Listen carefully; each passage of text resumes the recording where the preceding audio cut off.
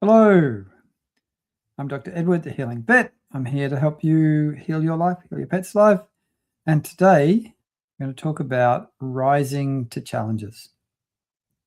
Now, rising to challenges is as much an intention and a state of mind as it is taking action on things, because, you've probably got a kind of a way that you deal with or work with challenges in your life.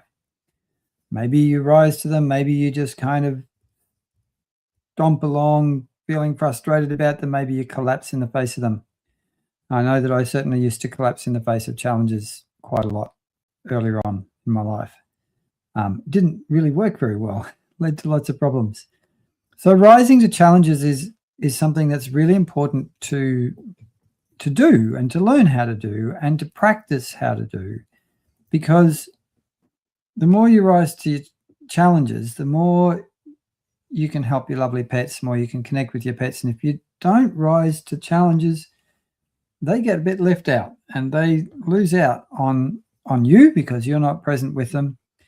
And if you are overcome by challenges, overwhelmed by challenges, that kind of thing, you can lose track of what your pets need and not be able to actually give them what they need. So rising to challenges is something that I encourage you just to start saying to yourself, I will rise to whatever challenges come to me. I will rise up to meet them, and I will make the best job I can of whatever they are. So we all have small challenges. Like for me, getting out of bed in the morning is a small challenge. And one of the most important ways that I think we can learn how to rise to challenges in our life is to do exercise. Now, why is this?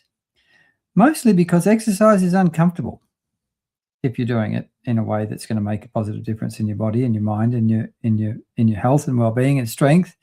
And particularly, I would say that doing resistance exercise 3 or 5 mornings a week is probably the most valuable thing you can do to get better at rising to challenges in your life, because it's uncomfortable. It takes time and effort, and you've got to put will into it. All of the things that are going to help you to rise to challenges. And the other thing that I would say is start to really treasure the small challenges in your life and start to be aware of how you respond to small challenges in your life. Like when maybe you drop a cup of tea, maybe you trip over and skin your knee, maybe your pet does something dreadful like poo on the floor. Maybe you're out in the traffic and there's other people who do things that are silly in the traffic, or you're off at work and a co-worker does something that is insensitive or unhelpful. These are all small challenges. And if you start to open up your heart and mind to go, well, I'm going to start treating these small challenges as beautiful opportunities to get better at rising to challenges in my life. And at first you might be terrible at it. That doesn't matter. The thing is to have the intention to open up to rising to challenge, to open up to getting better and better and stronger and more flexible and more resilient in the face of challenges. Because when you do this, you live a more functional life, and your beautiful pets, your beautiful animals, you help them live a better life, and you help them live a healthier life, and you can help them rise to their challenges.